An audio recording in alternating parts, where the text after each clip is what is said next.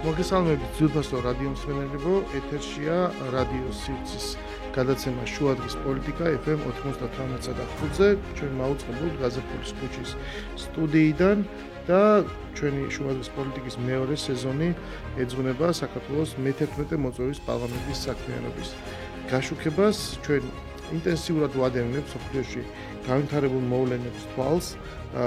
შეიძლება ითქვას, რომ არათუ ყოველდღიურად, არამედ ყოველსაათობრივადაც კი იცვლება რაღაცა ვითარება, აღქმები და მათ შორის ფაქტებიც.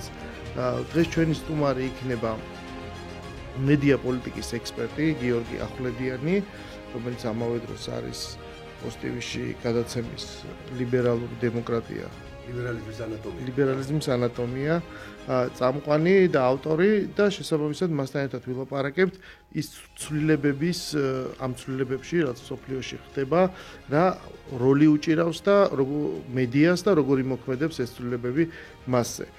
ამ საკითხს იმიტომ ვეხები, რომ ჩვენ ვხედავთ თავარი სიურპრიზი, რაც ამერიკის არჩევნების მერე შეიცვალა, ეს იყო მოულოდნელობა, თუ შეიძლება ესე ითქვას, როდესაც ამერიკამ არა მარტო ტრამპის გამარჯვების შემდეგ, თქვათ, შიგნით ერთმა ფრაქციამ მოიგო, მან პრაქტიკულად ამერიკის როგორც სახელმწიფოს ერთგვარი რაღაცა ინსტრუმენტების გაუქმებაც დაიწყო. ეს რა თქმა უნდა ეხება USAID-ს, რომელიც იყო მთავარი ინსტრუმენტი და ძალიან დაფარულიც არ იყო, თუმცა ამის აფიშირება არ ხდებოდა, რომ ეს არის რა თქმა უნდა გავლენის ინსტრუმენტი, თავის დროზე რაღაც სპეცსამსახურებთან მჭიდრო თანამშრომლობით, ცხადია იმ ბევრი პროგრამით, რომელიც და იმ რაღაცა დიდი ნაწილი ამ თანხის რაღაც კონკრეტულ მიზნებს ხმარდებოდა, თუმცა იქვე იყო რაღაცა ძალიან ისეთი ზოგადი ბუნდოვანი შინაარსის ძალიან სასაცილო დასახელების პროგრამებიც კი, რომელიც ჩამოთვალეს კიდევაც და ხვდები უბრალოდ, რომ ეს შეუძლებელია, რომ ხამ რაიმე შედეგი მოიტანოს და ასევე არ არის საიდუმლო, რომ თვითონ ანატომია ამ დახმარების არის მარტივი, რომ ერთი ხელით ის გეხმარება, მაგრამ იქვე იმას მოყვება თავისი ინსტრუქცია, როგორ უნდა დაიხარჯოს ეს დახმარება, რა ნაწილი უნდა დაბრუნდეს უკან, როგორ უნდა შეუწყოს ამან ბაზრების ათვისებას და მოკლედ ამ ქვეყანას ჰქონდა უფლებაც და გააკეთა ამ ტიპის ესე ვთქვათ ინსტრუმენტის შექმნა, ამ ფორმით გეხმარება თუ გეხმარება და ეხლა შენზე უკვე როგორც მიმღებზია ეს დამოკიდებული ეს გჭირდება, არ გჭირდება, გაწყობს და როგორ გამოიყენებ, ხო? უბრალოდ დროთა განმავლობაში ლაპარაკი მივიდა იმაზე, რომ თვითონ საკუთრივ ამ დახმარება და ამის გარშემო შექმნილმა ქსელმა, დონორებმა, ამის მომხმარებლებმა, ამის გამცემებმა შექმნეს ერთგვარი ისევ არ მოვერიდები, ამ თქოს პლანქტონი, რაღაცა ერთგვარი რაღაც წრე ამ პირთა, რომლებიც უბრალოდ პარაზიტირებდნენ, იმიტომ რომ თანხა იყო, ეს უნდა აგეთვისებინა, ეს უნდა დაგეხარჯა, ანგარიში გაგეკეთებინა და უცებ ამერიკა ამბობს შეცვლილი ადმინისტრაცია, რომ ეს აღარ არის საჭირო. იმიტომ რომ ამან საბოლოო ჯამში დააზიანა ამერიკული ინტერესი, გაგვიაუარა ეს მთელ ქვეყნებთან ურთიერთობა და მოკლედ ჩვენ ბევრ რაღაცას ვცვლით. სხვა შორის ამას ეს ძალიან მაგონებს კორპორატიულ მიდგომას, სადაც ბევრ ამაში ატარებენ ახალ ადმინისტრაციას, რაღაცა ბიზნეს მოდელთან რო რაღაც სხვანაირად უდგება. ადრე მაგ სტატია Google-ზე წაკითხული, რომ ეს არის ერთ-ერთი რაღაცა განსხვავებული კომპანია, რომელიც არ ერიდება პროდუქტს, რომ მოიფიქრებს, თქვათ რაღაცას, ხო, Google-ის რომელიმე სერვისს, რაღაც დროის შემდეგ თუ ხდება, რომ ის რაღაცნაირად არ ვარგა, მას შეუძლია ეს საჯაროდ გამოვიდეს პირდაპირ თარიღი თქვას, რომ ამ დროის მერე თქვათ, აი ესა და ეს Google-ის პროდუქტი დაიხურება და ესე საჯაროდ მოკლასო. რა, მოკლედ ესე იყო შეფასებული, რასაც ბიზნესიერიდებიან ხოლმე, რომ თქვათ, რაღაც წარუმატებელი არ აღმოჩნდა. აი ზუსტად ამნაირი მიდგობით ჩვენ ნახეთ როგორ პრაქტიკულად გააქრეს USAID, აბრიდანაც კი ჩამოხსნეს და რაც თავარია ეს საჯაროდ გააკეთეს. თუმცა ცხადია, რომ ჩვენ არ უნდა ვიყოთ იმის ილუზიაში, რომ ამერიკა რაღაცნაირად უარს იტყვის თავის ინტერესზე, თავის სახელმწიფო ინტერესზე და უბრალოდ რაღაც სხვანაირად მიუდგება, ხო? ბუნებრივია, რომ მას ექნება განსხვავებული მიდგომა და ხედავთ ამის გადატვირთვას. ერთგვარად ამ USAID-ის კამპანიამ სხვათა შორის მე ვფიქრობ, რომ ხელი შეუწყო შემდეგ იმ საგარეო პოლიტიკის ნაბიჯებს, რაც მან უკვე მოგვიანებით გადადგა, ასევე არანაკლებად სკანდალური, მაგრამ გარკვეულწილად ამან აქცია ერთგვარი ნდობა გამოიწვია იმ რაღაც ოპონენტების თვალში, რომ ეს ადმინისტრაცია მართლაც განსხვავებულია და შეიძლება რაღაც სხვადასხვა ტიპის გადატვირთვაზე ლაპარაკი და ცხადია ეს გადატვირთვა რაღაც სხვა ნაწილს უკვე არ მოწონს. აი ეს ყველაფერი საბოლოო ჯამში აისახება მედიაზე, რომ მედია მithumetes საქართველოში და ლაპარაკია რომ საზღვარგარეთაც არის ბენეფიციარი აი ამ საერთაშორისო დახმარებების ერთგვარად მეორეს მხრივ ის მოიხმარს აი ამ NGO სექტორში არსებულ რაღაც ერთგვარ ცოდნას და ექსპერტიზებს, იმიტომ რომ მისი გაშუქება ხდება და ამავე დროს ის აშუქებს მთლიანად ამ პროცესს. ანუ ბოლოს სანამ კითხვით განმოვალ, მინდა გავიხსენო, როდესაც ჰქონდათ მათ ერთობლივი პრესკონფერენცია თუ ინტერვიუ უბრალოდ Fox-თან ერთი დღის წინ ჰენეთი წამყვანი შონ ჰენეთისთან მათ თქვეს უბრალოდ მანამდე იყო მარელაგოში პრესკონფერენცია და იქ თქვა რომ დაუსვეს კითხვა რომ აი Associated Press როდის დააბრუნებთ თეთრ სახლშიო და Associated Press იმიტომაც მოიკვეთეს თეთრი სახლიდან რომ მათ უარი თქვეს რომ მექსიკის ყურე მოიხსენიებიათ როგორც ამერიკის ყურე და ამაზე გაბრაზდა ტრამპი და მან თქვა რომ შეიძლება განსხვავებული აზრი იყოს, მაგრამ რაც კანონია უნდა დავიცოთ. აი ხა ეს მაგალითი ყველაზე კარგად ასახავს ჩვენთან მიდგომას. აი ესეთი კაფეო მაგალითები ცulis მედიის აღქმას, როგორადაც ჩვენთან არიან მიდრეკილები, რომ მედიის ჟურნალისტის თავისუფლება, ეს რაღაცა უნდა იყოს დაცული, სად გადის ზღვარი, აი ვიღაცა რაღაც აქციაზე თუ ადამიანს დააკავებ პლაკატით, მაგრამ მე აღმოჩნდება რომ ის ოპერატორია უკვე ჟურნალისტური საქმიანობის ხელში შეშლა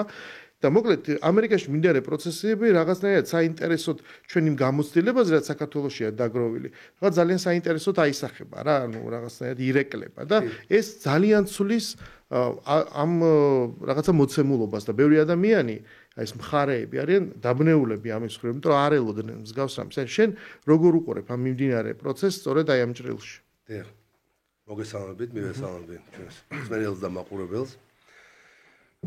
აი უზარმაზარი თემაა განსაკუთრებით ამ ბოლო თვენახევრის განმავლობაში, რაც დაგროვ და იმხელა მასშტაბის პროცესები განხორციელდა და ისეთი გადაკეთება დაიწყო ყველა სეგმენტის, არა მხოლოდ ესე ზოგადად სოფლიოს გადაკეთება, როგორც ვამბობთ ხოლმე. ეს სოფლიოს გადაკეთება პირდაპირ პროპორციულად ისახება კონკრეტულ სეგმენტებში, კონკრეტულ მიმართებებში, დარგებში და მედია ერთ-ერთი პირველია, ვინც ამას ასე თქვა ირეკლავს, ხო, ყველაზე მეტად, იმიტომ რომ და განსაკუთრებით საქართველოში სხვათა შორის, იმიტომ რომ შეიძლება ძალიან ბევრი კომპონენტი ქართულ და დასავლურ მედიაში შორის რაც ჩვენ ჩამოთვალებ, ბევრი საერთო რა თქმა უნდა არის, როგორაც ისინი ცდილობენ თქვა სიტყვაზე ასახონ ის პროცესები, რომელიც მიმდინარეობს იგივე NGO სექტორში, იგივე თქვა სამ შემთხვევაში დონორი ორგანიზაციებიდან კონკრეტული დავალებების კონტექსტები, მაგრამ არსებობს ძალიან მნიშვნელოვანი განსხვავება, ერთი ისეთი ფუნდამენტური განსხვავება, რომელიც მოცემულობიდან გამომდინარე, არსებული რეალობიდან გამომდინარე არის ჩვენს ქვეყანაში, ის რომ სამწუხაროდ ჩვენი ქვეყნის ასე ვთქვათ ბაზარი რო ვთქვათ მარტივად არ იძლევა იმის საშუალებას რომ ტელეკომპანიები, დიდი ტელეკომპანიები, ძლიერი ტელეკომპანიები, რომელთაც შეუძლიათ გარკვეულწილად გავლენა მოახდინონ საზოგადოებრივ აზრზე, მოახდინონ ვთქვათ ისეთი მაუწყებლობა, რომელიც მიაღწევს ყველა ოჯახში ხარისხობრივი მაჩვენებელი, მაღალი სატელიტზე განთავსება, ასე შემდეგ. ეს ყველაფერი ძვირი სიამოვნება. ამის საშუალება ტელეკომპანიებს თავისი შესაძლებლობებით არ აქვს. იმიტომ რომ ამ ქვეყანაში მარტივად რო აუხსნათ ახლა მაყურებელს არის ძალიან იაფი ბაზარი, ძალიან რეკლამაც არის ამ შემთხვევაში არც ისე ძვირი, ხო? ნუ გასაგებია ახლა რაოდენობრივად არ არის ახლა ეს ისეთი მასშტაბის ქვეყანა, რომ აქ რეკლამა მილიონი ღირდეს. ამიტომ ჩამოყალიბდა ჩვენს ქვეყანაში ესეთი სტანდარტი, რომ ესეთი მედია საშუალებები უნდა ყველა შემთხვევაში ვიღაცა მარჩინოს. არჩინოს და ეს ყველაფერი პირდაპირ პროპორციულად განსაკუთრებით ეს ბოლო 20 წელიწადია უკავშირდება პოლიტიკურ პროცესს. და პოლიტიკური პროცესი და პოლიტიკა გახდა ამ შემთხვევაში დონორი მედია საშუალებების. როგორც კი პოლიტიკა ხდება მთავარი დონორი ამ შემთხვევაში, ну მე ყველაზე არ გულისხმობ რა თქმა უნდა იმაზე, ვისაც პრეტენზია აქვს მასშტაბურობაზე და ძლიერ შესაძლებლობებზე. ხო? როგორც კი ისინი ხდებიან პოლიტიკური იარაღი, პოლიტიკური პარტიის, ხო, შესაბამისად ის უკვე ჩვენს ქვეყანაში ყოველ შემთხვევაში დიდწილას კარგავს ყველანაირ ამ შემთხვევაში ობიექტური მედიის მიუკერძოებლობის ყველანაირ სტანდარტს. მე ყველამ დაინახა ისიც რომ ეს მიუკერძოებლობა, ეს ობიექტურობა ყველაზე არარეიტინგული ამბავია კიდე ამ ქვეყანაში. როდესაც შენ არ გაქვს პოზიცია, როდესაც შენ არ გაქვს რაღაც გამოკვეთილი ხედვა ამა თუ იმ პოლიტიკური თუ არაპოლიტიკური პროცესის მიმართ, ვერ მუშაობ კონკრეტულ სეგმენტზე და ამიტომ უმჯობესია გქონდეს ეს პოლიტიკური პოზიციაც. მაგრამ ეს ყველაფერი გადაიქცა ჩვენს ქვეყანაში საოცარ მოვლენად, აი საოცარ მოვლენაში გადავიდა, რასაც ქვია, ნახე როგორი მომენტია, აი მაგალითად რო შევადაროთ ერთმანეთს მედია სააკაშვილის პერიოდში და მედია სააკაშვილის პერიოდის შემდეგ.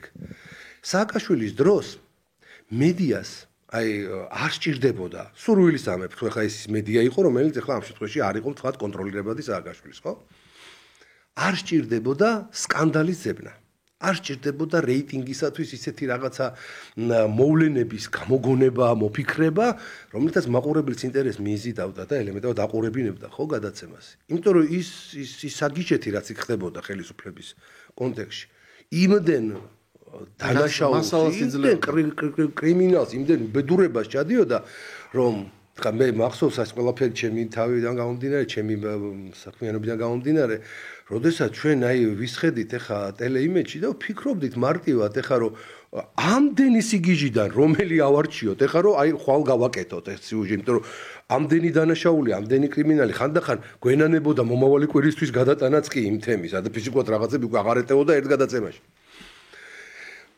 ხო და შესაბამისად ამისი მოძიება არ იყო, ასე ვთქვათ, რთული და ამ ყველაფრის სურვილი ჰქონდა ამის გაშუქების და საზოგადოებისთვის ჩვენების ამას აჩვენებდი.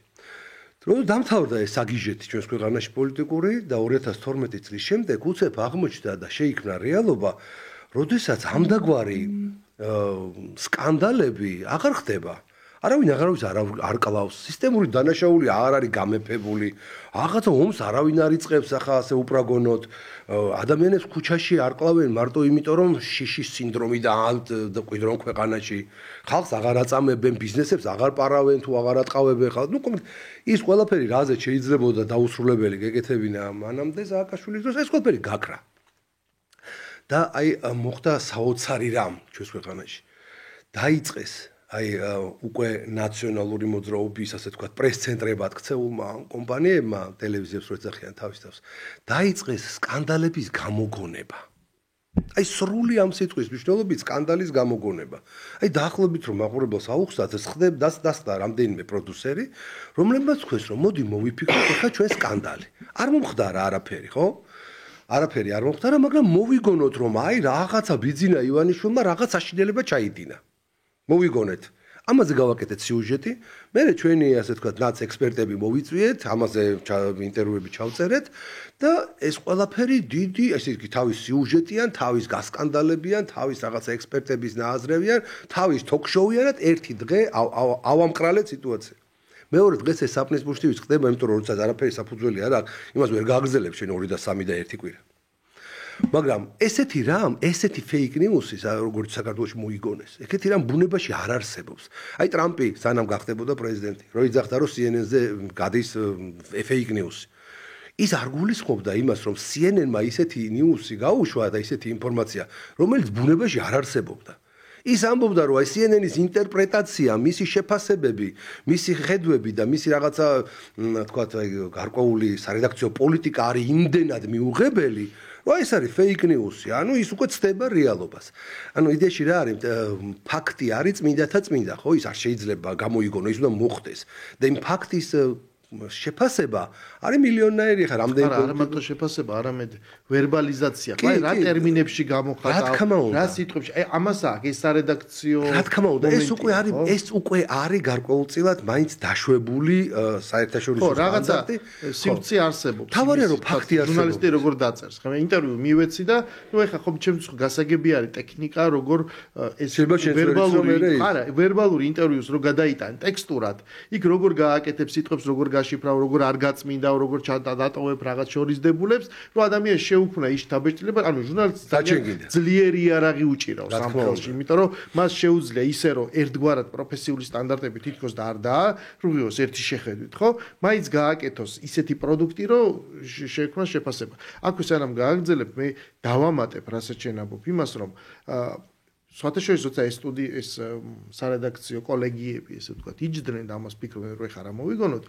ისინი ცარიელს ფურცელზე არ იგონებდნენ ამას აი რაც ჩინაობ რომ იმ 9 წელიწადი სრულად იძლეოდა იმ მასალას შენ უბრალოდ უნდა გაგეშუქებინა ეს და თავისი შემადგენლობით და სკანდალურობით იყო სავსებით საკმარისი მათ ეს ხვდებოდა თავის დროს იმიტომ რომ მაშინ იყვნენ ხელისუფლებაში შემდეგ გადავიდნენ ოპოზიციაში და მათ ცადეს რომ აეღოთ ესე ვთქვათ ყველაფერი ის რაც ახსოვდათ რაც მათ წინააღმდეგ მათი წარმოდგენით გამოიყენეს და მოერგოთ ეს გამოეყენებინათ როგორც ერთგვარი რაღაცა ჩარჩო და მოერგოთ აი ამის მიხედვით ანუ ჩვენ დროს თუ აი პოლიციელმა ვიღაცა ცემა ეხლა აქაც უნდა ვნახოთ მსგავსი რა და დაიწყეს მათ დატოლება ჩვენ თუ ვერ თეთრდებით ხო ანუ ჩვენ ნაცმოძრაობა რომ თუ ვერ გავთეთრდებით ვერანაირად იმიტომ რომ დანაშაული გვაქვს ჩადენილი ისინი მაინც გავაშაო თუნდაც ამ ფეიკებით რომ ოდნავ ორივე ჭუჭყიანები ვიყოთ ანუ ორივენი თუ ჭუჭყიანები ვიქნებით მაშინ ერთმანეთს უკვე ისე მარტივად ვეღარ წაუყენეთ პრეტენზიებს ხო ანუ მთავარია გავაშაო და მართალი ხარ დიდწილად იმ კონტექსტებში და იმ კონკრეტულ მიმართულებებით რაზეც თვითონ გაშავდნენ შესაბამისად და ხოდა მაგ ფეიქ ნიუზზე ვამბობ რომ ეს ყველაფერი გახდა ну აი საოცარი არაადეკვატური სტანდარტი აი მაგალითიც შემილია ბევრი მოვიყვანო ხა ძალიან შორს წაგვიყვანს მაგრამ ერთ მაგალითს მოვიყვან ძალიან სიმპტომატიური იყო ეს მაგალითი და ძალიან ისე თვალნათელი ახსოვს საზოგადოებასაც ეგ სკანდალი ძალიან სერიოზულად როდესაც ის რა ქვია იმას ნოდარიკო მელაძის შოუმ გააკეთა ანონსი გავიდა ეთერში რომ ბიძინა ივანიშვილს სადღაც პარაგვაიში თუ სადღაც სამხრეთ ამერიკაში ვენესუელაში სადღაც აქვს ქარხანა მარიხუანის წარმოების და ნუ გასაგებია ხა როგორ კოსმოსიდან გადაღებული რაღაც კადრები მთელი ამბები რაღაც აშინელი დაბზაფრი მუსიკით და გავიდა ეს ანონსი თუ არ ვწდები არ შემეშალოს ან სამშაბათს ან ოთხშაბათს ხო 1-3-4 დღით ადრე შაბათამდე მეორე დღეს ამ ანონსთან დაკავშირებით დაწყდა სერიოზული ისტერიკა, იმიტომ რომ გამოვიდა ბიზნესმენი, თორშტეფი უგულავა იყო ეს ბიზნესმენი, რომელმაც თქვა რომ თქვენ ხო არ გადაერიეთო, კაცო. ეს ჩემი ქარხანა არის, რომელიც 10 წელი ვაკეთეო, მიკო სამედიცინო მარიხუანის წარმოებაზე, მაკო, მთელი ამერიკა და ბრიტანეთი და კანადა და ასე შემდეგ მისი მომხმარებლები არიან და რას ქვია, ჩემი ბიზნესი ვიღაცას მიაწებეთო. ანუ კაცი გამოვიდა თავის დოკუმენტებით, საბუთებით, მისი იურისტები გამოვიდნენ, პრესკონფერენცია ჩატარდა.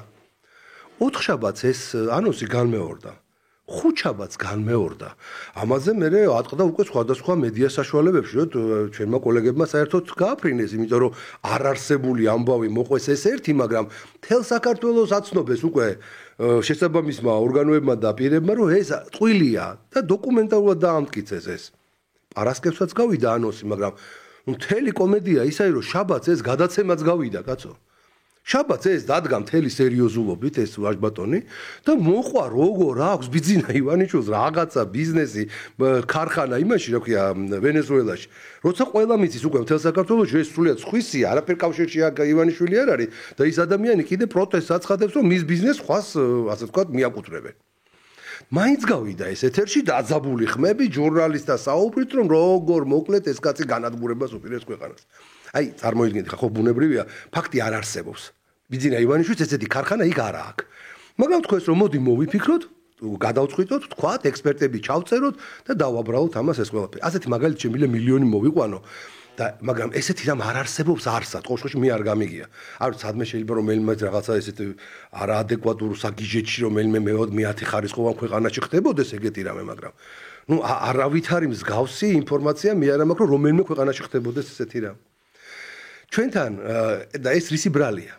ეს იმის ბრალია რომ ჩვენთან დიდწილად პოლიტიკური ბრძოლის იარაღი იმ დონეზე გახდა მედია საშუალებები იმ დონეზე რომ პრაქტიკულად მედიის აი უფრო ზუსტად ვიტყოდი სადღაც 2 წლის წინანდელი პერიოდი სანამ დაიწყებოდა ესეთი ძალიან ღია ბრძოლა აი ამ უკვე ზეწოლასთან საქართველოსთან იმართებაში ომში ჩართვაზე, ასე პირდაპირ თავდასხმები ევროპიდან, შეერთებული შტატების სახელმწიფო დეპარტამენტიდან ყოფილი ხელისუფლების, ხო, ბაიდენს გულისხმობ. აი მანამდე პრაქტიკულად იყო ისეთი ვითარება, როდესაც ბრძოლაში პოლიტიკოსების ნაცვლად ამ შემთხვევაში უფრო დიდწილად ჩართულები იყვნენ მედია საშუალების წარმომადგენლები. მაგრამ მიიყვანა იქამდე რომ ბოლოს გამოხდნენ ჟურნალისტები და ხელისუფლებაში გვინდაო და მიტინგზე რო დადგნენ და აქცია რო ჩაატარეს და ახლა ჩვენ მოვალთ ხელისუფლებაში რო გამოაცხადეს. რეალურად ანუ იმდენად გადავიდა პოლიტიკური ფლანგი მედია საშუალებებით, ანუ მედია ბრძოლაზე რომ ანუ უკვე ჟურნალისტები სხვადასხვა ტელევიზიებიდან ერთმანეთს ესაუბრებოდნენ კონფლიქტურ კონტექსტში. ეხლა ნახე როგორი ვითარება იქიდან გამომდინარე რომ ასეთი უზარმაზარი ზეწოლა და ასეთი უზარმაზარი თქვათ მისია დაეკისრა ჩვენს ქართულ მედიას პოლიტიკური თვალსაზრისით მედია გახდა ერთი-ერთი ლაკმუსის ქაღალდი იმისა, თუ რა ხდება პოლიტიკურ პროცესში. აი ზუსტად ერთი-ერთი ასახავს ეს მედია საშუალებები იმ მდგომარეობას, რა მდგომარეობაშიც რეალურად არის ქართული პოლიტიკა და კონკრეტული ქართული პოლიტიკური პარტიები. ისევ რომ შევადაროთ თუ იმ დროს ახლა ვიძახით იმას რომ მაშინ 9 წლის დროს აშუქებდა მედია რეალურად რაც ხდებოდა, ანუ ამბის გამოგონება არ ჭირდებოდა, ის შეიძლება რაღაცა თქვა გაგიბუქებინა და არსებობდა მაშინაც რაღაცა ტიპის ყვითელი მედია, ხო? კი, რა თქმა უნდა. მაგრამ თლიანობაში მას უწევდა მის გაშუქებდა უწევდა ძალიან მძიმე პერიოდში, მძიმე პირობებში, იმიტომ რომ მას არავინ არ ეთანამშრომლობდა, იყო ბოიკოტი, არ ეწერებოდნენ, გახსოვს რაღაც გზის გახსნა რო იყო და ჟურნალისტები რო დარბოდნენ, არ იცოდნენ მიშა იმ ფორმულა 1-ში სად ჩაჯდებოდა და მესამეჯერო გახსნა, თავისი მედია რო ყავდა მიყვანილი, ხო? და პოლიტიკოსი და შენ იცი ხა ეს ორივე ამპულოა. პოლიტიკოსი იღებდა ინფორმაციას ამ მედიიდან და შემდეგ ამაზე რეფლექსიას აკეთებდა, ხო? და თუ კი, რასაც ამოფრო, ერთი დიდი ნიკა გვარამიობა და ნოდარ მელაძეობად გადაიქცა ეს მედია. ბუნებრივია, რომ მასზე მიმაგრებული პოლიტიკოსმაც ასევე დაკარგა ეს კლასი. ანუ თავარი რის გამოც, ანუ მედიამ დაკარგა ფუნქცია იმის გამო, რომ დაიწყო მან ძალიან ესე ვთქვათ, სტარი სარედაქციო პოლიტიკა, ანუ სრული სიყვითლე, უპასუხისგებლობა, რომელსაც ვერანაირი გაგრძელება ვერ ექნება. წლების მანძილზე იყო ლაპარაკი, რომ აი ბიზინა ივანიშვილი ამ ქვეყნის ხარჯზე მდიდდება, აკეთებს ბიტკოინებს. ეხლა აღმოჩნდა, რომ თუნდაც ეს ბიტკოინები იმისია, ბაჩიაშვილის თუ ვიღაცის, ხო? და თუ რამე არ არის, რომ თუ რამე ეკეთებოდა თან ესე ძია. ანუ არავინ შემდეგ ამას აღარ მიყვება, ეს აღარ აისახება. ანუ ამ მომრჩეველს, რაზეც კი, აი მაგალითად, ის საფნესბურთი ხდება. უამრავი რამ ხდება. თუ ფაქტი არ არსებობს, ვერ გაყვები იმას. მაგრამ იმის იგავარაკის არ იყოს, ხომ? მგელი რო იძახი და ვარგჯერ. ანუ ბოლოს გამშუქებელი არავინ აღარ რჩება, რეალური პრობლემაც რომ მოხდეს. იმიტომ რომ უკვე დობა ყოველდღიურად იკარგება და რაღაცა ტოქსიკურ ინფორმაციაზე ხდება რაღაც ცირე აუდიტორიის შესმა, ესე ვთქვა. აქ გვაქვს ერთი პრობლემა. ძალიან დიდი პრობლემა გვაქვს ზოგადად საზოგადოებაში და ქვეყანაში იმ თვალსაზრისით, რომ ეს როგორც სიტყვა გარკვეულწილად ჩვენი პოლიტიკური კულტურის ჯერ კიდევ ასე ვთქვათ, მოდი ახალგაზრდობის ბრალია, იმიტომ რომ 30-35 წელიწადი ჯერ ძალიან ცოტაა იმისათვის, რომ ბევრი რამ პოლიტიკური, ასე ვთქვათ, კულტურის თვალსაზრისით საზოგადოებამ ჩამოაყალიბოს. ჩვენ ძალიან სწრაფად ვიზრდებით და ყოველი არჩევნებიდან არჩევნებამდე ბევრ რამეს ვსწავლობთ და ბევრ გამოცდილებას ვიძენთ, მაგრამ ჯერჯერობით მაინც გვაქვს ესეთი არასასურველი და არასასიამოვნო მიდრეკილება საზოგადოებაში ჩამოვაყალიბოთ პოლიტიკური სექტები. აი ეს არის ძალიან დიდი პრობლემა. დღეს ჩვენს ქვეყანაში სადღაც 300 და 350,000 ადამიანამდე არსებობს აი ესეთი პოლიტიკური სექტა, რომელსაც რაც არ უნდა აუხსნა განუმარტო, ნუ სექტის დამახასიათებელი თვისება რაც არის, ფანატიკურ დონემდე აყვანილი ესეთი იდეები, რომ არ შეიძლება იყო კრიმინალის მხარდამჭერი, არ შეიძლება იყო აი ამის მიმდევარი, არ შეიძლება, იმიტომ რომ ეს ყველაფერი შენი პასუხისგებლობაცაა, გაცგებია, შენ შეიძლება არ მოგიკლავს პირადად როგორც ნაციონალური მოძრაობის ლიდერებმა დავალება მიცეს და დაღახოცინეს ამდენი ადამიანი, ხო? შენ შეიძლება პირადად ეს არ გაიკეთებია, მაგრამ შენ რომ ამას ყველაფერს აправებ და მხარს უჭერ, შენ პასუხისგებლობას იზიარებ, თუნდაც იმაზე, რასაც ქვია კრიმინალის გაправება, ხო? რაც უკვე ძალიან ცუდი რამ არის და უკვე ძალიან უპასუხისგებლო მინიმუმ რო ვთქვათ და დანაშაულს რომ ამას არ შევეხოთ. აქედან გამომდინარე, ჩვენს ქვეყანაში არსებობს ეს სექტა. ეს არის სააკაშვილის ამორჩეველთა სექტა. და ეს არ არის ნაცმოძრაობის მომხრე სექტა, ეს არის კონკრეტულად აი ამ შიზოფრენიკის შიზოფრენიული სექტა. სამწუხაროდ ჯერ კიდევ ჩვენს ქვეყანაში ამდაგვარი რეალობა არსებობს და ხედავთ კიდევაც, ხო? ამ ადამიანებისათვის არც მნიშვნელობა არ აქვს ამ შემთხვევაში ფეიქს ეტყვიან, სიმართლეს ეტყვიან, ობიექტურობას ეტყვიან. ის არის აი მიშტერებული და მიჩიჩინებული იმ ინფორმაციას, რაც მას ყვებავს.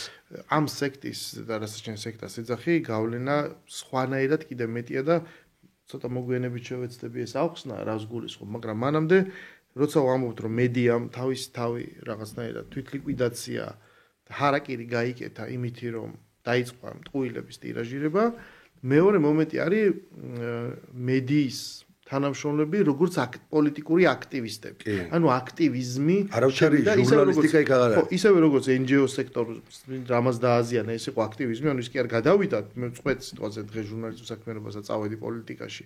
არამედ მან შეითავსა აქტივიზმის ფუნქცია და დაერქვა იცი მე ვარ მოქალაქე, ჩემი მოქალაქეობრივი ვალია, მე ვარ სამოქალაქო სექტორი და მან პრაქტიკულად თავისი პირდაპირ ფუნქციის დაზიანების ხარჯზე დაიწყო რაღაც აქტივიზმი, რომელიც არის პოლიტიკის ნაწილი და იქ შევიდა ჩიხში. აი ამ პროცესს როგორ ახასიათებთ? ჟურნალისტი გახდა, აი მაგ კატეგორია ჟურნალისტებისა, გახდნენ პოლიტიკური ჯარისკაცები. პოლიტიკური ჯარისკაცები, რომლებსაც აქვთ შეგრძნებაც იმისა, რომ ისინი აკეთებენ არა ჟურნალისტიკას, არა ახალ ამბებს, არა თქვა სატელევიზიო პროდუქტს, არამედ ისინი პოლიტიკურ ბრძოლის ველზე იმყოფებიან და შესაბამისად და სწორედ იმ თემას დაუბრუნდები, რომ მთელი პოლიტიკური პროცესის ძალიან დიდი ნაწილი მედიაში გადავიდა და ანუ მათ გაუშვათ ისეთი განწყობა ამ ჟურნალისტებს, ვითომ ჟურნალისტებს, რომ ისინი არიან უფრო მნიშვნელოვანი იმ პოლიტიკური პარტიისთვის, დამფინანსებლისთვის, პოლიტიკური დონორისთვის, ვიდრე კონკრეტული მაგალითად მათი ოპოზიციური ფრაქციის წევრები. მათ უფრო მეტი შეცდომა გაკეთება შეუძლიათ. იმიტომ რომ სწორედ ისინი ახდენენ საზოგადოებაზე ზემოქმედებას, ის მათი თქვა რაღაცა წინა პარლამენტში რო ისხდნენ ფრაქციის წარმომადგენლები ოპოზიციური, ხო? ისინი ვერანაირად ვერ ახდენდნენ საზოგადოებაზე ზეგავლენას. ეს უკვე ფაქტი იყო, იმიტომ რომ რეალურად მთლიანად ეს პროცესი გადასული იყო მედიაში. და ჟურნალისტები, ანუ წამყვანები და კორესპონდენტები თავიანთი შეფასებითი ნაწილით გაცილებით სერიოზულ, ასე თქვა, პოლიტიკურ ბრძოლაში იყვნენ ჩართულები, ვიდრე თვითონ ის ფრაქციის. მე მინდა მსმენელს რომ რაღაცა მაგალითიც გქონდეს ამის რას გულისხმობ. საქმე ის არის, რომ ბოლოს ოპოზიციურ არხზე როდის მოისმინე ჩვეულებრივი უბრალოდ ინტერვიუ. ანუ ინტერვიუ არის, რომ ჟურნალისტი, ამ შემთხვევაში ეს არის მედია, წარმოადგენს მედიუმს, ხო არსებობს რესპონდენტი, არსებობს მსმენელი, რომელიც გისმენს. და ისო შენ გაატარო უბრალოდ რაღაც ისეთი კითხვები დასვა, რომ აი ეს რესპონდენტი გაიგოს შენმა მსმენელმა, ან სხვანაირად გაიგოს ღია კითხვებით თუ დახურული კითხვებით, მაგრამ შენი ამოცანა არის ეს გაატარო. ამის ნაცვლად ჩვენ ვხედავთ მხარეს, ჩვენ ვხედავთ პოლიტიკურ მოდებატეს, რომელიც შენი თქმის არ იყოს კიდევ უფრო მეტად არის არგუმენტებით აღჭურვილი და რომელიც და შემოდის სტანდარტი. რომ შენ თუ რაღაცა განსხვავებულ აზრზე მყოფი რესპონდენტი ეგრეთ წოდებულად არ გაწურე, არ რაღაცა hard talk-ი თუ არ მოუწყვე რაღაცა ჟანრი, ანუ დებატში თუ არ შეხვედი, რას ნიშნავს ესე კომფორტი შეუქმენი, შენ პროპაგანდის გავრცელებას ხელი შეუწყვე? აი ამ ტიპის რაღაცა NGO ნარატივებით, ჩემი აზრით, მოხდა მთელი ამ ჟურნალისტთა კორპუსის დაკომპლექსება.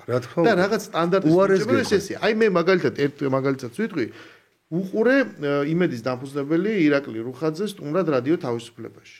ესე იგი ქართლში გაატარეს, ანუ იმ გოგომ, ვინც იყო წამყვანი, აიღო ისეთი ინტერვიუ, როგორც უნდა აიღო ჟურნალისტს. თავისი ტონალობით, თავისი რაღაცა მიდგომით, იმ კითხვებით, რომ ეს რესპონდენტისთვის მოესმინა ადამიანებს და მას არ შეესფასებინა. ხო მიუხედავად იმისა, რომ ძალიან ჩამოყალიბებული აზრიც აქვს, ბევრ ამის არ ეთანხმებოდა, ამასაც გამოხატავდა, მაგრამ მთლიანობაში მან იმუშავა რესპონდენტი. ანუ ეს ჩაითვალა გაკიცხვის ღირს ქმედებად.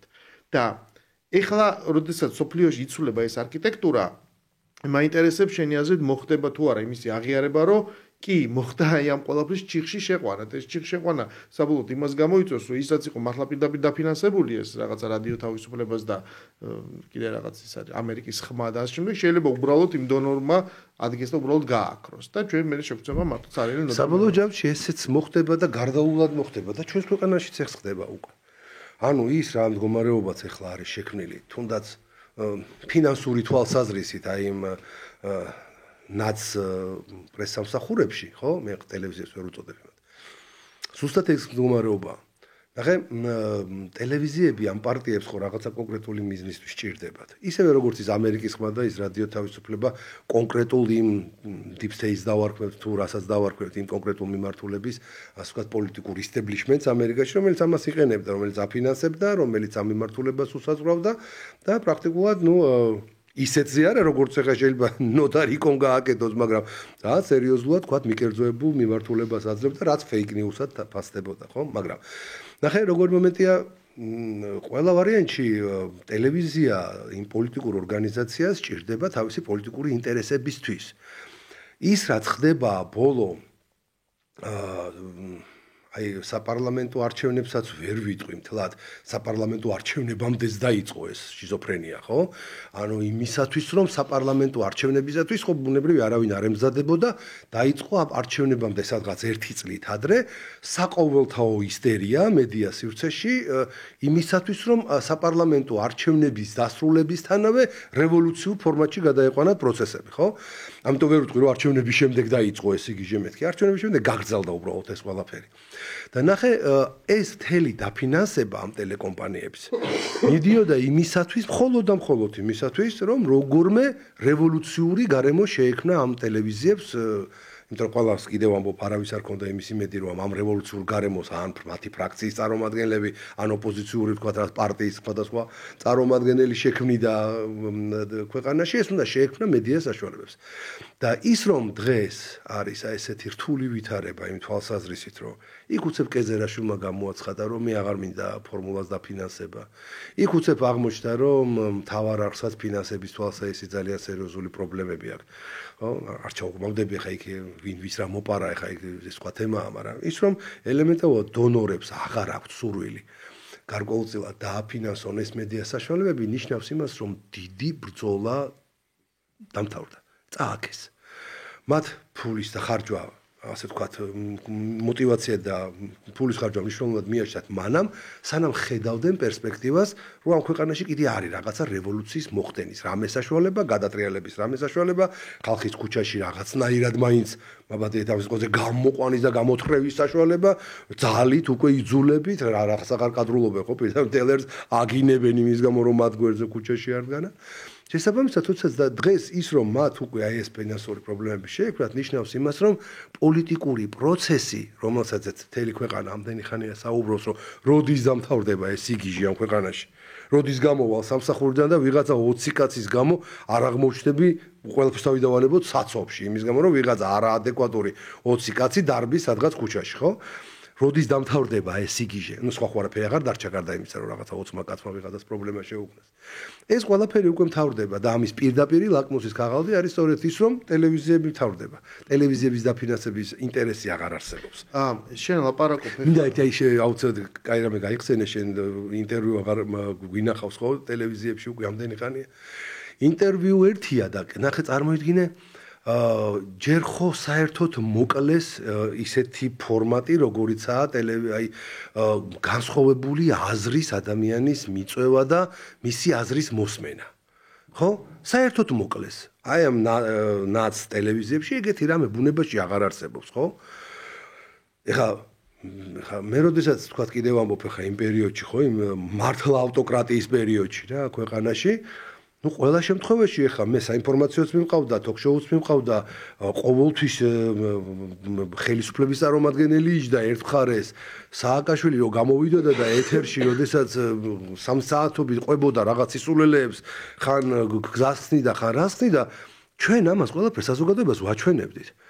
მე კი რა თქმა უნდა დებატებში განსხვავებული აზრის ადამიანები მოყვავდა და მიდიოდა დებატი, რომელიც ახლა ადამიანს აძლევდა იმის საშუალებას, რომ გაერკვია ვინ რას ფიქრობს, ხო? და რასაც დებატი ქვია. დაახლოებით 12 წელია მოკვდა ეს ყველაფერი. ვეღარ ნახავთ ვერცერთ განსხვავებული აზრის მქონე ადამიანს, რაც ტელევიზიებში ვერ ნახავ უბრალოდ, იმიტომ არ იწვევენ ახლა ძალიანაც რომ მოიკლა თავი ვერ მიხვალ. მაგრამ ნახე კიდე უარესი. თუ შემთხვევით აღმოჩნდა და რომელიმე მათი კლასტერის რესპონდენტი, რაიმე ოდნავ მაინც განსხვავებულ მე არ ვამბობ ხა ანტი რადიკალურს და პრო ხელისუფლებისაც არა ოდნავ რაღაცა ნარატივში არ დაეთანხმა იმ გამეფებულ მოსაზრებას რომელიც იმ კონკრეტულ კონტექსტში აქვს რედაქციას არ ვიცი იმას ალბათ ძლებიანად ჭამენ იქ ანუ პირდაპირ ეუბნებიან პირდაპირ უცხადებენ ომს ეთერში ეუბნებიან რომ შენ როგორ ბედავს საერთოდ ამის ლაპარაკს პირდაპირ კარნახობენ ჟურნალისტები და წამყვანები იმ მიმართულებას რომელიც უნდა თუ არ უნდა რესპონდენტმა მათიანმა რესპონდენტმა მათი კლასტერის წარმომადგენელმა უნდა გამოაცხადოს და იმას უნდა აყვეს საკუთარი აზრი არ არსებობს საკუთარი აზრი იმათ რესპონდენტებსაც კი არ აქვთ ის აზრი საჭიროა ერთ და იგივე აზრი სხვადასხვა სიტყვებით და რედაქციით აგრესია და მე მაინც ცოტა განსხვავებულად ვფიქრობ რომ პირიქით ძალიანაც უნდათ რომ განსხვავებული აზრი მიიწვიონ, იმიტომ რომ აი მაგ პოზიციიდან რაც თქვი რომ მხოლოდ ერთი სიმართლე არსებობს, ესე ვთქვათ, და ისინი არიან ამ სიმართლის მფლობელები, მე მოხდეს აი ამ რესპონდენტის გაწურვა. ეს პირიქით კარგი საშუალებაა. მაგრამ შეიძლება ვერ ახერხებენ. იგივე რადიო თავისუფლებაზე ვერ მოახერხეს და მაგიტომაც დაუწყეს მე იმ წამყვანს. ვერ მოახერხებ, იმიტომ რომ ეს არ არის შენი ფუნქცია. ეს უნდა შეაფასოს მსმენელმა. ანუ როგორ გაბედა რომ ფუნქცია რომ გაატარო ეს იმედის დამფუძნებელზე მფლობელმა ყველა კითხვაზე ისეთი პასუხი გასცა, რომ მაპატიეთ ამ სიტყვაზე ის არ აღმოჩნდა განადგურებული. მაგრამ ნახე ეხლა გადავდივარ ყველაფერი ახსნა და განმარტა. უფრო ფუნდამენტურ საკითხზე გადავდივარ, რა დროს დაგვრჩა, იმიტომ რომ ჩვენ ერთის მხრივ აღწერეთ ინსტრუმენტები, რომლებიც აღმოჩნდა ცდარი, ეს არის რაღაცა ტყუილების გამოყენება და რაღაცა მედია სკანდალების ხელოვნურად შექმნა. მეორე ეს არის მედია აქტივიზმი, როცა შენ ხდები მხარე და მე ამას ფუთავ რომ არ ვიცი ჩემი პირადი მოსაზრება ან ასე შემდეგ. მეორე ნაწილი ეს არის დაფინანსება, იმიტომ რომ ეს ფული იდება რაღაცა კონკრეტული დღის წესრიგისთვის და ანჩერბაოთ მეთოდოლოგია. შენ შეიძლება იქ რადიო თავისუფლებაშიც ყოველას მიაჩნია, რომ ის თავისუფალი ჟურნალისტია, იქ არავინ არ ერევა, მე რა რომ უშველებელი სარედაქციო პოლიტიკა აქვს დაწერილი, ხო? ყველა ეთანხმება რომ ეს ყველაფერი სიკეთეს ხმარდება და თავისუფლები არიან, მაგრამ სადღაც ვინ როგორ იყენებს ამას ინსტრუმენტად, ნუ მაგდენი მე აღარ იცი. მე მაგის ანატომიას მინდა რომ მივადგე შემდეგ უკვე ეს რანაირად ხდება. ანუ თუ კი შენ ერთის მხრივ კი მე აი სიმართლეს ვლაპარაკობ და თავისუფალი ვარ, მაგრამ ამავე დროს შენ გეუბნებია რომ შენ უნდა გქონდეს კაფე ოპოზიცია და უნდა იყო აქტიური მოქალაქე. აი ამას როგორც კი აი ამ მოცემულობას დაამატებ იდეოლოგიურ დგენელს, ჯამში შენ იღებ კოქტეილს, რომელიც უკვე ზუსტად ისე მუშაობს, როგორც უნდა უცხო სახელმწიფოს. აი, რო აინტერესებს ხომ კი, მაგრამ მე თავისუფალი ვარ და სად არის აბა უცხო სახელმწიფოს გავლენა. აი, ეხლა გეტყვით სად არის. ამ შემთხვევაში მოხდა ძალიან საინტერესო რა. ის არსებობს რაღაცა იდეოლოგია, რომელიც ამ ნაციონალურ მოძრაობამ თავის დროზე შექმნა და შემდეგ უკვე როცა დამარცხდა არჩევნებში, ეს წაიღო ოპოზიციაში. ოპოზიციაში მან ამითი მოწამლა მთელი რაღაცა ეს თავისი რაღაც სატელიტები თუ განაყოფები და მოწამლა მათ შორის NGO-ები და მედია, იმიტომ რომ იქაც შევიდნენ ჩვეულებრივად, ხო? მათი წევრები დღეს, ანუ მთავარი პროკურორი გახდა მთავარი მედია მენეჯერი. აი ამ იდეოლოგიის გამტარი. ისინი დაბრუნდნენ რაღაცა NGO-ებში, ხო, რაღაც უამრავი ადამიანი დაარსეს ახალი NGO. შესაბამისად, პოლიტიკა, რომელიც მათ შეიმუშავეს, იყო ძალიან მარტივი, რა, როცა პოლარიზაცია 2024 წლის სიტყვად გამოცხადდა, როგორ მოხდა მისი განმარტება, როდესაც შენი რაღაცა პოზიცია ეფუძნება არა საკუთრივ გარკვეულ დგენელებს, არამედ მოწინააღმდეგის უარყოფას. როცა ეს არის ამოსავალი წერტილი, ეს არის დაუპირისპირდეს შენს მოწინააღმდეგეს.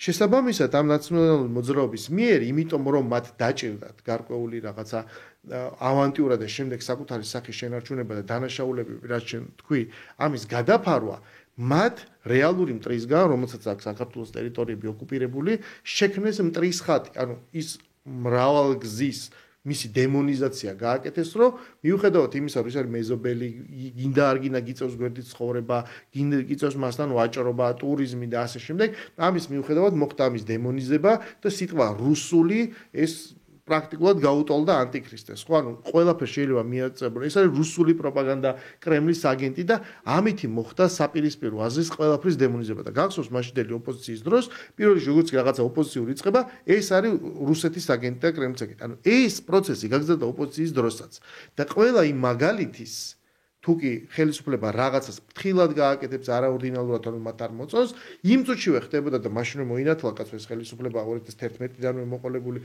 მოინათლა რომ ეს არის რუსული ხელისუფლება, ეს არის კრემლის პროექტი და ეს არ შემწყდარა.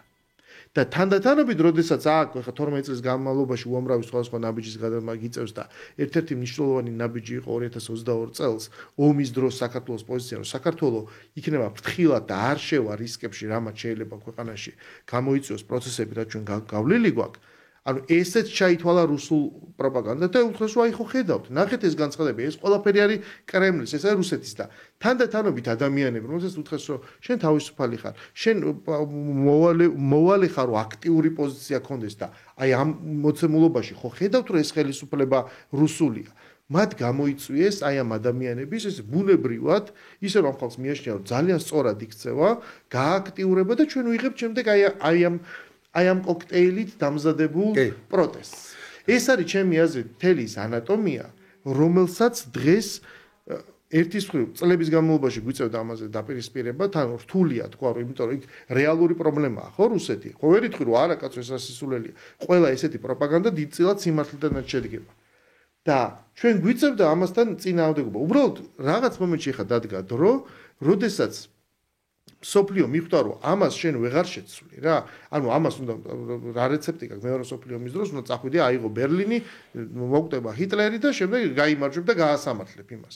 და აქ აღმოჩნდა რომ 3 წელია მიდის ომი და იგივენაირ სცენარს რუსეთს და პუტინს და მოსკოვს ვერ უკეთებ. შესაბამისად, გადადიხართ ცივი ომის პირობებში, როდესაც ორი შეურიგებელი ბანაკი არსებობდა იდეოლოგიურად, მაგრამ თანაარსებობდნენ ერთმანეთის გვერდზე. ეს არის ჩვენგან დამოუკიდებელი რეალობა, ხო? და დღეს ხდება ამ რეალობის აღიარება და ეს ადამიანები შენი აზრით, ანუ როგორ რეფლექსირებენ ამაზე, მიხვდებიან კი იმას, რომ ვინმე რამეს კი არ უღალატა, უბრალოდ ის რეალობა, რაც იყო დაფარული, ეს უბრალოდ გამოაშკარავდა. გეთახვევი. ძალიან ესეთი თოლი კითხვაა მიხვდებიან თუ არ მიხვდებიან. რა თქმა უნდა, საბოლოო ჯამში ალბათ ოდესღაც მიხვდებიან, მაგრამ მეორეა რამდენად ამას ყველაფერს ამ მიხვედრილს აღიარებენ. აი მაგ თემას რუსეთს რო გამოვყვეთ და რუსეთის თემატიკას რო ყველაფერი პრორუსულია, ესეც სწორედ იმ შემადგენლობის კონტექსტი იყო, რომ როგორმე გააშაონ ხელისუფლება და რომელმე არ იმეთი დააზიანონ. როდესაც ახლა მე მახსოვს ძალიან კარგად 2012 წელი, როდესაც ხელისუფლება ქართული ოცნება ახალი მოსული იყო ხელისუფლებაში 2012 წლის ბოლო პერიოდი უფრო სწორად და 2013 წლის დასაწყისი, როდესაც ყოველი მეორე ნაცი იყო ეს რაღაცა ყოფილი ჩინოსანი ან დეპუტატი ან თქვა უბრალოდ ესეთი ანალიტიკოსი ნაცი, რომელიც ამტკიცებდა, რომ არაფერი, აი ახლა ეს ხელისუფლება ვერაფერს რო ვერ იზამს 1-2 წელიწადში. მთელი მოსახლეობა დაინახავს, რომ ამათგან არაფერი არ გამოვა და ისევ მოუნდებათ ნაცმოძრაობის დაბრუნება ხელისუფლებაში. იმიტომ რომ ნაცმოძრაობა იყო ეფექტური, ნაცმოძრაობა იყო ასე თქვა საქმის გამკეთებელი და ესენი ყველაფერს ამას ვერ შეძლებენ. აი რა უნდა შეძლოს ახლა ქართულმა? კი, 2019 წლამდე არსებობდა ეგეთი ტერმინი უნიათობა და მიდიოდა ბრძოლა უნიათობის მიდიოდა ყველაფერი სწორედ ამ კონტექსტში, რომ ესენი არიან სუსტები, უნიათოები ვერაფერს ვერ შეძლებენ. გავიდა 4 წელიწადი და ქვეყანა არ დაიშალა. მიუხედავად იმისა, რომ პირველ ეტაპზე ქართული ოცნება საკმაოდ ეკლექტურ რაღაც პოლიტიკურ ძალას წარმოადგენდა და ბევრი ასე ვთქვათ შიდა საკითხი დასალაგებელი იყო, პირველ 4 წელიწადში ეს ქვეყანა არათუ არ ჩამოიშალა. ძალიან ბევრი პროგრესული კონტექსტი ჩამოყალიბდა, ხო? ადამიანებმა ქვეყანაში ამოისუნთქეს ყველა ხვდებოდა რომ აღარ უნდა ეშინოდეს იმისა რომ რაღაცა საყოველთაო შიშის დამკვიდრების გამო ვიღაცა მიშვილს იარაღ ჩაუდევს მე $30,000 მიგატაინე და ასე შემდეგ. ანუ დაინახეს რომ ეს არ გამოვიდა. ანუ საზოგადოებაში არანაირად არ გაჩნდა იმის განწყობა რომ ეს ხელისუფლება სასწრაფოდ უნდა შევცვალოთ, ნაცები დავაბრუნოთ. შემდეგ ამის მერე დაიწყო უკვე საუბარი, ცდელობა იყო იმისა რომ ეს ხელისუფლება გადააქციონ ასე თქვათ კორუმპირებულ ხელისუფლებად, ან თავის საპირწონე ალტერნატივა, რომ ჩვენ კორუფციასთან ბრძოლა დავიწყეთ ნაცებმა და ამან ყველაფერი კორუფციაში დააბრუნა. არც ეს არ გამოვიდა, იმიტომ რომ ეს ნარატივი ძალიან მალე მოკვდა, იმიტომ რომ ფაქტები ვერ დაიდო. აი მაშინ, როდესაც მიხვდა რომ ეს ხელისუფლება დანაშაულს არ ჩადის. სისტემური დანაშაული აქ არ არის გამეფებული, ხო? რაღაცა პოლიციელმა დააშავა ერთმა თუ ორმა პოლიციას პასუხი მოთხოვეს და რაც საჭირო იყო, როგორც საჭირო იყო, ისე ვთქვათ, აგო იმან პასუხი. ვა, არავინ არ გადაეფარა იმ ხელისუფლების პოლიციას, რომელმაც რაღაცა დააშავა იმისგან განსხვავებით, სადაც ისინი აკეთებდნენ თავის დროს. შესაბამისად, ნელ-ნელა მიხვდა, რომ არც კრიმინალი, არც კორუფცია, არც უნიათობა არაფერი არ იქნება, არც ანტიევროპული ქმედებები, იმიტომ რომ იქ შემოვიდა ვიზა ლიბერალიზაცია, შემოვიდა სავაჭრო ურთიერთობები და ასე შემდეგ, ესენი არ გამოდგა. ამიტომ მასშტაბურად მე ძალიან კარგად მახსოვს ის მომენტიც უკვე პოლიტიკაშიც, როდესაც გადაერთო ნაცმოძრაობა და გადართო მთელი თავისი დონორი ორგანიზაციები საერთაშორისო ევროპარლამენტით დაწყებული, ყველა ის დაქირავებული და დაფინანსებული ჰონორარებით პარლამენტარები სწორედ ამ პრორუსულობის მიმართულებით. რომ ანუ ნაცების ყვირილი და ნაცების ძახილი, რომ ქართული ოცნება ეს არის ხალხო პრორუსული და არგუმენტები რო არა აქვს, მაგრამ მაინც პრორუსულია, ამას ისინი ვერ შეძლებდნენ ვერანაირად რომ არა მთელი ის ევროპა და მთელი ის ამ შემთხვევაში ლიბერალური სახელმწიფო დეპარტამენტი რომელიც ამერიკიდან ამას ყველაფერს წყალსაც ხამდა ხო ცისქვილზე შესაძლოა რომელიც ასთავარი ეს ხამდა 2022 წლიდან რომელიც აღმოჩნდა მხარე ომის ეს თლად და რუსეთმა განაცხადა რომ მე უკრაინას კი არა მე დასავლეთს ვეომები იმიტომ რომ მათ დაარღვეს ეს 2022-მდე ჯერ არ მივსულა ეს ყველაფერი 2022-მდე იყო როდესაც ანუ მიდის მცდელობა იმისა რომ ეს არის პრორუსული ნარატივის ხელისუფლება და დასავლეთში ეს ყველაფერი ძალიან მარტივად ასე ვთქვათ აიტაცეს ევროპაში ძირითადად და ბრიუსელში იმიტომ რომ და გარკვეულწილად ლიბერალურ ამერიკულ პოლიტიკაშიც იმიტომ რომ ბიძინა ივანიშვილი არ იყო ადამიანი როდესაც ის 2012-ში ხელისუფლებაში მოვიდა არც მანამდე რომელიც ასე ვთქვათ გაიზარდა ამერიკულ ლიბერალურ სტანდარტზე ეს არ იყო ადამიანი რომელიც გამოკვებეს თქვა ამ შემთხვევაში სახელმწიფო დეპარტამენტში ან უშიშროების სამსახურებში გამოზარდეს ეს არ იყო NGO-ებიდან მოსული ადამიანი ანუ ეს თან ეს ადამიანი არ იყო ყველაფერს დავიდავანებოდ ფინანსურად ესეთი პრობლემების მქონე რომელიც ყიდვად შეიძლებოდა ხო ანუ უცებ აღმოჩნდა რომ ეს ადამიანი არის ძალიან მოუხერხებელი ვასალობისთვის მარტივად ვერ იყიდი რანაირად უნდა იყიდო ანუ შენი მენტალიტეტი და შენი ფსევდოლიბერალური მენტალური კონტექსტი არ აქვს რომ ესე პირდაპირ დაგემორჩილოს შესაბამისად ეს არის ადამიანი რომელიც არ არის რა პირდაპირ შენი ვასალი დამთავრდა ამიტომაც ჯობია ამას მოიყვანო ისე ვინც არის გავლენის აგენტი არ გამოვიდა ისე უნდა დააბრუნოს და მიშა არ უნდათ მაშა არანაირად არ უნდათ თავიდანვე იმიტომ რომ მიშა ყელში ქონდათ ყავდათ 2012-ში 2008 წლის ომის გამო 2008 წლიდან 2012 წლამდე სააკაშოს ერთი ვიზიტი არ ქონდა დასავლეთში ევროპაში არავინ არ ეპატიჟებოდა არავინ არ ელაპარაკებოდა მე პირადად საუბარში დევიდ კემერონმა მითხრა ეგეთი რამ რომ თქვენს ქვეყანაშიო ეს თუ არ ვცდები არის 2010 ან 11 წელი. თქვენს ქვეყანაშიო პროცესები იმის მიხედვით ვითარდება, როგორ აუწევს ტესტოსტერონი თქვენს პრეზიდენტს. რაზეა საუბარია? მე თქმა უნდა დავითახმე მაშინ გამეცინა, მაგრამ რეალურად ეხლა ეს ყველაფერი ძალიან არასასიამოვნო იყო ზოგადად ქვეყნის ინტერესებზე და გამომდინარე. გარდა იმისა, ჩვენ წავაგეთ 28 წელს ომი, ჩვენ წავაგეთ რასთავარია საინფორმაციო ომი. რა თქმა უნდა, მან დიდი წვლილი იყო და ამას ვერავინ თვალს ვერ დახუჭავს, ეხლა რაც არ უნდა პოპულარული და არაპოპულარული იყოს, ეგერ არის კომისიის დასვნა და იქ მარტივად წერია ეს ყველაფერი, რომ ეს მიუხედავად ფორმალურად იმ სამართლებრივი იურიდიული ნაწილისა, როგორც ეხლა გასაგებია უკრაინაშია ომი და რუსეთი შეიჭრა და აქაც ჩვენი ტერიტორიაა და რუსეთი შემოვიდა, შეფასებითი ნაწილი რაც არსებობს, რომ საქართველოს როგორ მოიქცა პრეზიდენტის როლი და ასე შემდეგ, ეს ყველაფერი ცხადია, რომ იქ ჩაიწერა, რომ ეს ესკალაციაში მაწვილი შეიტანა და ეს არ მოეწონა მაშინ და იყო ეს ყველაფერი კომისიაზე, პირველი კომისია 2008 წლის შემოდგომაზე რო იყო საპარლამენტო კომისია, ხო, პარლამენტში სააკაშვილი მოვიდა იმ კომისიაზე და თქვა მე სხვა გამოსავალი არ მქონდა, უნდა შევჭრილიყავი სამხრეთ ოსეთის ტერიტორია. ხო, იმიდიოდა დაბომბვა და არა, დაბომბვა არა. მე ვიცოდიო, რომ გარდაულად აპირებდნენ შემოსვლასო. არც დაბომბვა არ მიმდინარეობდა 6-დან 7-ის ღამეს. მე ვიცოდიო, შეშტაკებები იყო ოს აპალჩენცებს რო ეძახიან და ასე თქვა შუაში ეს რუსების სამშვიდობო ედგბილდნენ სიმაღლეები და ხდებოდა გარკვეული ასე თქვა სროლა იყო 1 აგვისტოსთან მაგრამ ამ შემთხვევაში რასაც ქვია რომ შემოიჭრენ და მე სხვა გამოსავალი არ მქონდა უნდა მეპასუხა რანაირადაც ეხლა აშღერებენ ეს არის ბლეფი ჩვეულებრივად და მანა თვითონ პირადად აღიარა არ ჭირდება ამას ტალავინი და არ ჭირდება ამას. ხო, ომის თემა მოკლედ გრძელია, მთავარი ის არის რომ საინფორმაციო ომში მაშინაც ვერ გამოჩნდა ეს ყველაფერი. ისე როგორც თქვა ქართულ ინტერესებს შეესაბამებოდა და აქედან გამომდინარე ამ კუთხითაც ყველაზე მეტი კიდე ამ ხელისუფლებას. თავარი არის ერთი რამ, რომ საუკუნეების განმავლობაში სადღაც 2 საუკუნეში, საუკუნე ნახევარში ერთხელ ხდება ისეთი რეალობა, როდესაც პატარა ქვეყნებს უჩნდებათ ისეთი შანსი რომ მათი ინტერესები იყოს გათვალისწინებული. ძირითადად პატარა ქვეყნების ბედი ხო ეგ არის, რომ დიდი ქვეყნები რასაც გადაწყვეტენ, აი იქ უნდა როგორმე აირჩიოს ცუდსა და უარეს შორის, ხო? არასოდეს არ არის კარგი არჩევანი. ცუდი და უარესი, აი რომელი უკეთესი არის. და ეხლა და სადაც აი საუკუნეში, საუკუნე ნახევარში, შეიძლება ცოტა უფრო მეტში. ჩნდება ისეთი რეალობა, როდესაც აი ეს დიდი გეოპოლიტიკური პროცესები ლაგდება ისე, როდესაც შეიძლება ძალიან დიდი სარგებელი მიიღოს პატარა ქვეყანამ, იმიტომ რომ ესე ლაგდება გეოპოლიტიკა. ყოველ შემთხვევაში ჩვენ ვარ აი ამ რეალობის წინაშე იდეაში, ეხლა როდესაც რა იქნება გვაქვს ამის შანსი.